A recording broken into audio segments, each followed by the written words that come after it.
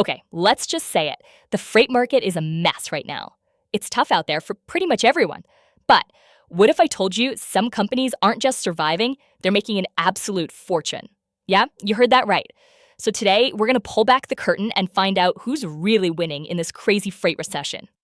This is the question, right? The one everyone's asking. I don't care if you're an owner-operator grabbing coffee at a truck stop or a CEO staring at spreadsheets, everyone wants to know.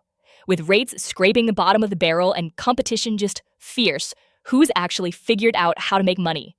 Well, the answer, it's probably not who you think. Get a load of this number, 25%. That is just, wow. Let me put it this way. For every 4 trucks you see out on the highway, one of them is basically hunting for a load that isn't even there. That's the heart of the problem, you know? This massive overcapacity is what's absolutely crushing spot rates and squeezing everybody's bottom line.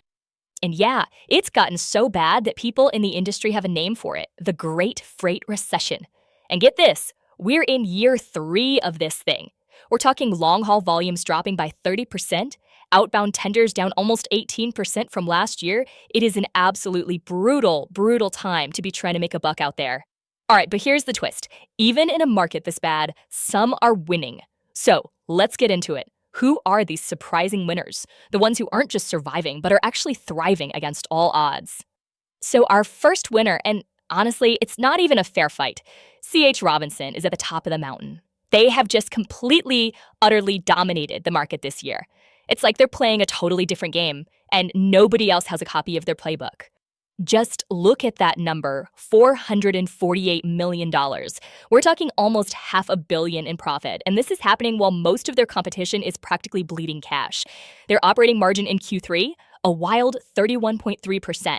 This isn't just winning, folks. This is a masterclass on how to crush it in the down market. And this quote from their CEO, Dave Bozeman, really says it all. We are not waiting for a market recovery to improve financial results. See, that's the whole mindset right there. They're not sitting around hoping for things to get better. They are on the attack, reshaping their business to win today. So what's their secret weapon? Well, it's basically a killer 2-punch combo. First, they're all in on something they call lean AI. We're talking AI agents performing over 3 million tasks for them. That's boosted their productivity by a whopping 35%.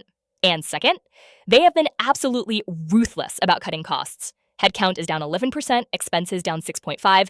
It's the classic work smarter, not harder, except they're also working leaner. It's pretty brilliant. Okay, moving on to our number 2 winner, Landstar System. Now, they've also stayed in the black, which is a huge deal, but their story, man, it really highlights just how tough this market is, even for the companies that are doing things right. So Landstar's looking at a really solid year, somewhere in the ballpark of 130 to 150 million in profit. But, and this is a big but, don't think it's been easy for them. They took a nearly $16 million hit from fraud. Ouch. And their insurance costs have just exploded, eating up almost 7% of their revenue. So yeah, their margins are getting squeezed down to around 3.7%. Still, they're playing the long game, making smart, conservative moves. It just goes to show you that a steady hand at the wheel can get you through some pretty nasty weather. So with Landstar, we can see the numbers because they're a public company. But what about the other giants, the ones that are privately held? Now this is where the story gets a little murky. We're talking about huge players like TQL, WWX, and Echo. We know they're big, but what we don't know is exactly how much money they're making. It's all behind closed doors. Let's zoom in on TQL for a second. By revenue, they're the 3rd largest broker out there. They've got a massive network and a really healthy 20% net revenue margin. So you have to wonder, right? Are they just printing cash behind the scenes like C.H. Robinson is? And the short answer is, we just don't know for sure. Because they're a private company, they don't have to show their cards to Wall Street. Their bottom line is a total black box. Now, given their size and those margins, you can bet they're profitable, almost certainly. But the exact number, that's the big mystery. We're left to guess just how big their pile of cash really is. Okay, so we've seen the winners, but for every winner, there's a loser. And it turns out some of the biggest names in the business are taking some massive losses. So let's flip the coin. This is where we see that being big doesn't mean you're safe. Not at all. And this really breaks it down, doesn't it? It's a tale of 2 completely different strategies.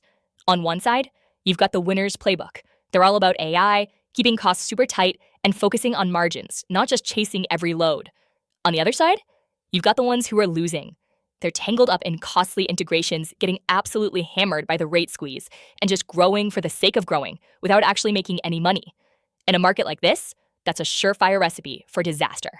Wow. If you need a picture to show you what's happening, this is it. It couldn't be more clear.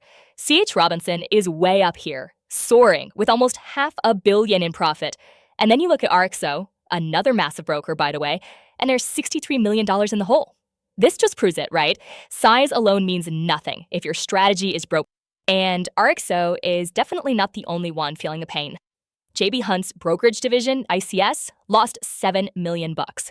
Uber Freight is down $43 million, and are still trying to prove that their whole tech-heavy model can turn a real profit. And then you have the ultimate cautionary tale, Convoy. Remember them? Valued at almost $4 billion at one point, and then, poof, gone. Shut down in 2023, leaving a ton of carriers high and dry. That's the real-world consequence when you can't figure out how to be profitable. Okay, so we've talked a lot about profits and losses, but let's get real. Why does any of this matter to you? If you're out there on the road, why should you care if a broker is making money or not? Well, it's actually incredibly important for your own business.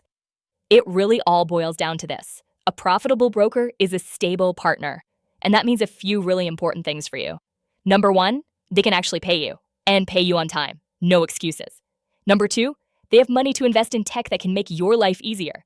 And maybe the biggest one of all, they'll still be in business when this whole mess is over. You don't have to worry about them just vanishing one day, taking your money with them. So after all that doom and gloom, is there any good news? Is there a light at the end of this tunnel? Well, let's look ahead to 2026, because we're starting to see some early signs, just maybe, that this thing won't last forever. Look, the market is slowly, and I mean slowly, starting to fix itself. And honestly, it's a painful process. We're seeing fewer new trucks being ordered, and the tough part is we're seeing more carriers having to shut their doors. It's awful. But that's how the extra capacity gets shaken out of the market. And as that happens, as supply starts to match demand again, rates will eventually have to go up. All right, so let's quickly recap our top 5 profitable brokers for 2025. You've got C.H. Robinson playing in their own league with that AI and automation strategy. Landstar, the steady Eddie, just managing conservatively and riding out the storm.